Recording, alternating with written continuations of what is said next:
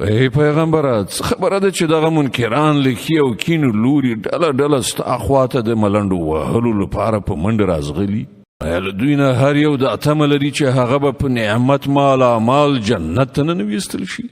هېڅکله نه. موږ چې له کوم شي نه دوی پیدا کړي دي دوی په خپله پر هغه پوهیږي. نو نه، زه قسم کوم د ختیځونو او لویدیځونو په څښتن موږ په دې باندې قادر یو چې د دوی په ځای له دوی نه ډېر غوره خلک راولو او هیڅوک له موږ څخه وړاندیتوب نشي کولای. نو له دې کبله دوی په خپلو باطلو خبرو او په خپلو لوبو کې اخته پرېږده تر دې پورې چې دوی خپلې هغې ورځې ته ورسیږي چې له دوی سره د هغې وعده کیږي. کله چې دوی له خپلو قبرونو څخه راووځي داسې به زغلي لکه چې د خپلو بتانو د درشلو خواته ورمنډې وهي. د دوی سترګې به ټیټې شوي وي، ذلت به ورباندې خورېږي. هغه ورځ ده چې د هغې له دوی سره وعده کیږي. الله ستر رښتیا ویونکی دی.